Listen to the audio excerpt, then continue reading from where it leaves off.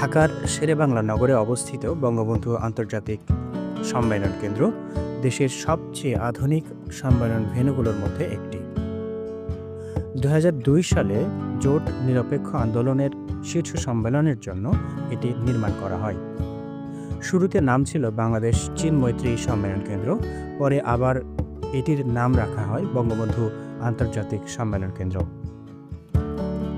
এখানে দেখা মিলবে পানির ফোয়ারা, ৭০০টির বেশি গাড়ি পার্কিং আর ১২৮টি দেশের পতাকা উড়ানোর জন্য স্ট্যান্ড।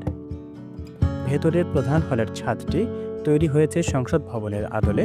৪ ভাষায় তাৎক্ষণিক অনুবাদ, স্যাটেলাইট সংযোগ সহ সর্বাধুনিক প্রযুক্তির ব্যবহার হয়েছে এখানে।